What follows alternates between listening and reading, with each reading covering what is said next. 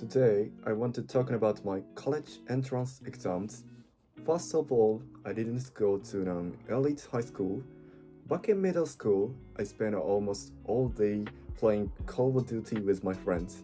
Naturally, someone who lived like that wasn't exactly, for good grades. My academic level was pretty low, around what would correspond to a deviation score of 47 in Japan. So I ended up going to a local public high school. Looking back, I want to talk about how someone like me eventually decided to take college entrance exams seriously and what was going through my mind at the time. When I entered high school, I was separated from the friends I had been close with. Since I had basically spent my entire middle school life playing games, I wasn't the kind of person who could just walk up to strangers and start conversations. As a result, I became a learner almost immediately after entering high school. I had practiced karate for years, so I wasn't interested in joining any sports clubs. Instead, I casually joined the shogi club and skipped most of the activities. Because of that, during my first semester, I barely had any opportunities to talk to other students. Things changed a little during the second semester. I started working part time at McDonald's almost by chance, and I got along really well with some older coworkers. At karate practice, I was in a class with older adults, so I naturally spent more time with people who were older than me. Honestly, I felt much more comfortable outside of school, and those communities became far more enjoyable than school itself. Still, not having any friends my own age was a serious source of insecurity for me. At that age, it really bothered me. As for studying, I wasn't motivated at all. I only studied enough to score around the average on regular tests, and my grades ranked somewhere around the 150th in the entire school. Regular exams didn't affect me emotionally that much, but mock exams were different. During my first and second years, we had to take balanced mock exams before every long vacation, and my scores were terrible. Most subjects were around the equivalent of a deviation score of 35, which was nowhere near good enough for college entrance exams. Whenever I saw those results, I would think to myself, yeah, I guess I'm just bad at studying, and I would feel a little discouraged. Things stayed pretty much the same during my second year of high school. I still didn't have any close friends in my class. At some point, I made a decision. I told myself, if I still don't have any friends by winter, I'm not going on the school trip. At first, I wasn't too worried. I thought, come on, I probably find someone I get along with. But I just kept attending classes and living my life without really making an effort to talk to people. Of course, nothing changed, and just like that, winter came. I still had no friends, so I kept my promise to myself and decided not to go on the school trip. The period wasn't completely miserable. I worked part time during the trip and continued going to karate practice. So, in some ways, my days were still fulfilling. But one night, lying in bed, I suddenly had a thought. Wait a minute. I don't have any friends, I'm not good at studying, and I don't really have anything I'm especially good at. Isn't my future kind of screwed? That realization hit me around December of my second year, and that was the turning point. I thought to myself, well, if nothing else, maybe I should at least try doing what students are supposed to do. Maybe I should seriously study for once. And that's how I began preparing for college entrance exams. A journey that would last for about a year. And for the first time in my life, I decided to give studying everything I had. Once I started studying seriously, I quickly realized that the hardest part wasn't the subjects themselves, it was the environment, and it was staying motivated. My high school was just an ordinary local public school. Not many students were aiming for competitive universities, and overall, people weren't very motivated to study. The atmosphere was more like, why are you studying so hard? It's not like people like us can get into good university anyway. To be fair, nobody made fun of me directly. In a way, not having many friends meant I didn't have anyone around to discourage me. But at the same time, I didn't have anyone nearby to compete with or encourage each other with, and honestly, that loneliness was harder than I expected. My family situation wasn't easy either. I grew up with just my father, and he had only recently started his own business. Money was tight.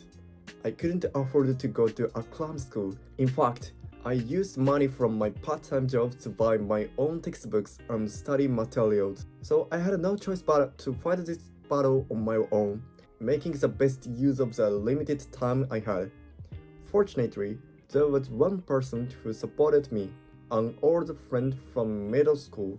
He had gone to a highly academic high school, and after school, we would often study together. Whenever I felt lost or discouraged, I'd talk to him. Looking back, he probably helped me more than anyone else during that year. But even with all that effort, my grades didn't improve very much, which honestly makes sense. Up until then, I have never seriously studied in my life. By September, after summer vacation had ended, I still couldn't feel any real progress, and eventually, I gave in to temptation. One day, I noticed something sitting in the corner of my desk. It was a copy of Monster Hunter Portable Sword. I had first played it on my PlayStation Portable when I was in elementary school. I thought, why not? Just for a little while. That turned out to be a terrible idea. The moment I turned on my PSP, I completely abandoned studying. Over the next 2 weeks, I spent nearly 100 hours playing the game. I became obsessed with it again and didn't stop till I had finally defeated Amatsumagachi. Once I lost control, there was no stopping me. Then I opened a closet and found my old copies of Attack on Titan. Back in middle school, I had only read up to volume 22. I started reading them again, and before I knew it, it was completely hooked. Instead of buying study books, I went to a bookstore and bought every volume I was missing. At the time, the series had reached volume 32 and the story was heading toward its conclusion. And then, one day, a strange thought crossed my mind. If I failed my entrance exams, I'll read the final chapter of Attack on Titan, and then I'll die. Strangely enough, that thought gave me hope. It gave me a deadline. I told myself that I would keep going until April, and the story would probably reach its ending. I would give everything I had to my studies and to them, and after that, I would decide whether my life was worth continuing. Looking back now, I know those thoughts came from despair. Having a clear finish line somewhere kept me moving forward. After spending 2 weeks completely absorbed in games and manga, something strange happened. It felt like my mind had finally reset. From that point on, I gradually started seeing the results of my efforts. My mock exam scores slowly began to improve. Around that time, the study room at my local library became so crowded that I could no longer use it. I started riding my bicycle to a shopping mall about 10 minutes away and studying in the food court. For some reason, I still remember that place very clearly. Then January arrived. It was time for the common test, the nationwide exam that almost every student in Japan takes. Surprisingly, I was feeling pretty confident, and the reason was honestly kind of funny. For the first time ever, one of my mock exams had given me a D rating instead of an E.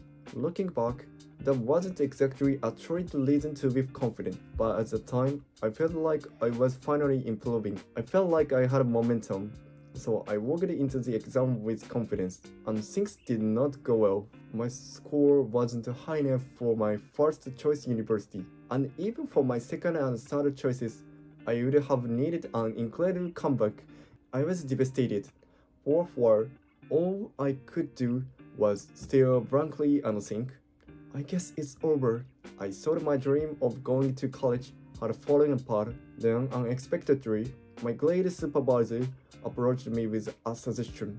Would you like to apply through a recommendation program for a national university? As I mentioned earlier, my high school wasn't particularly known for sending students to top universities, so maybe the teachers wanted another success story for the school. But honestly, I didn't care about it. To me, this felt like one last chance. For almost a year, I had worked harder than I ever had before. I wanted all that effort to mean something. I wanted proof that this year had not been wasted. And if there was even the slightest possibility, I wanted to bet everything on it. In the end, I was accepted. A few months later, I packed my things, moved to a new city, and started my life as a university student. And yes, I also read the final chapter of Attack on Titan as soon as it was released. I remember the website being so overloaded with traffic that I had to wait nearly 5 minutes for the page to load. Oddly enough, the memory is still crystal clear. Looking back, for better or worse, it became one of the most important experiences I've ever had. People often say, hard work never valorizes you. It's a phrase you probably hear 1,000 times, but ever since I experienced that success for myself, those words have stayed with me. Deep down, I've come to believe something very simple. If there is something I truly wanted to do, or someone I wanted to become, then I should keep going until I get results. That belief has become one of the foundations of my life.